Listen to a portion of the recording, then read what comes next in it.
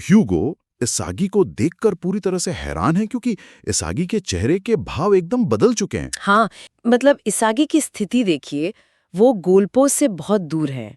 और हम सब जानते हैं कि इसागी की ड्रिबलिंग की क्षमता इतनी भी खतरनाक नहीं है कि वो अकेले गेंद लेके दौड़े और फ्रांस के पूरे वर्ल्ड क्लास डिफेंस को चकमा दे दे। हाँ, ड्रिबलिंग उसकी सबसे बड़ी ताकत तो नहीं है। तो जब वो अपनी टीम के मुख्य स्ट्राइकर्स को इग्नोर करके कराजू को पास देता है और तो मुझे लगता है कि वो बस पैनिक कर गया। पैनिक कर गया। मतलब उसे कोई रास्ता नहीं दिखा तो उसने अपनी जिम्मेदारी किसी और पर डाल दी। कराजू को पास देना कोई रैंडम फैसला नहीं था। क्योंकि मैदान पर कराजू तो ये देखकर फूला नहीं समा रहा है कि उसने डीमन किंग को अपने अंडर में ले लिया है। हाँ, कराजू को लग रहा है कि उसने इसागी तो घुटनों पर ला दिया है, लेकिन कराजू का खेलने का तरीका देखिए। वो बॉल को होल्ड करके खेलता है। हाँ, मिडफील्ड की लय को कंट्रोल करता है और विरोधी टीम के सबसे कमजोर लिंक को निशाना बनाता है। और जब इसागी, जो कि एक बेहद अग्रेसिव स्ट्राइकर है, अचानक से अपना सारा ईगो किनारे रखकर इस सुरक्षित जाल का हिस्सा बन जाता है, तो फ्रांस की टीम की पूरी कैलकुलेशन ही बिगड़ जाती है।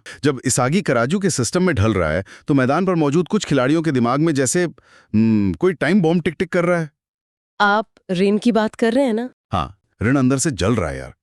वो इसागी के इस फैसले से आग बबूला हो गया है। उसे लग रहा है कि इसागी ने दुनिया का नंबर 1 स्ट्राइकर बनने का अपना सपना ही छोड़ दिया है। ह्यूगो का तो अपना अलग ही विजन चल रहा है। बिल्कुल। रीन जहां इसे हार और धोखा मान रहा है, ह्यूगो इसे इसागी की डेस्टिनी यानी नियति बता रहा है। ह्यूगो सच में एक अलग ही दुनिया में जी रहा है। उसका अपना एक ग्रैंड मास्टर प्लान चल रहा है, 4 बार वर्ल्ड कप जीतने का सपना। मैच में बहुत कम समय बचा है और रीन के अंदर उबलता हुआ ये आदिम गुस्सा बहुत खतरनाक साबित हो सकता है। मुझे तो लगता है कि ये गुस्सा उसके बर्सर्क मोड को ट्रिगर कर सकता है। हाँ, और जब वो मोड ऑन होता है ना, तो सारी रणनीतियां धरी की धरी रह जाती हैं। हियोरी के पास गेंद है और वो अपनी ही दुनिया में खुश हो रहा है कि नियंत्रण पूरी तरह से उसके हाथों में है। हियोरी को सच में लगता है कि उसने फ्रांस के डिफेंस को पूरी तरह से फंसा लिया है। वो सोच रहा है कि वो खुद भी गोल दाग सकता है या फिर उसके पास शिदो और बारो को पास देने के शानदार विकल्प मौजूद हैं। उसे लग रहा है कि फ्रांस अब कुछ नहीं कर सकता। लेकिन फ्रांस की टीम पलक झपकते ही इस भ्रम को चकनाचूर कर देती है। ह्यूगो तेजी से जाकर बारो को ब्लॉक कर देता है। चार्ल्स शिदो के सामने एक अभेद्य दीवार बनकर खड़ा हो जाता है। और लोकी सीधे हियोरी के चेहरे के सामने आकर खड़ा हो जाता है। हियोरी का दिमाग पूरी तरह ब्लैंक हो जाता है यार। उसे समझ ही नहीं आता कि उसके सारे सुरक्षित विकल्प एक सेकंड में कैसे खत्म हो गए। और अब आता है इस पूरी कहानी का सबसे बड़ा ट्विस्ट, इसागी का मास्टर स्ट्रोक। बिल्कुल।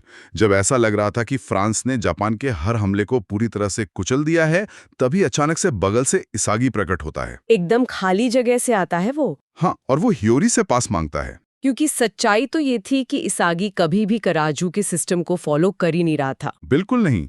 वो सेकंड बेस्ट बनने का पूरा नाटक सिर्फ एक दिखावा था। ह्यूगो, चार्ल्स और लोकी, इन सब ने अपनी पूरी ताकत उन स्ट्राइकर्स और मिडफील्डर्स को रोकने में लगा दी जो असल में सिर्फ ध्यान भटकाने का काम कर रहे थे। मेरा मतलब है बारो शिदो और हियोरी को रोकने में।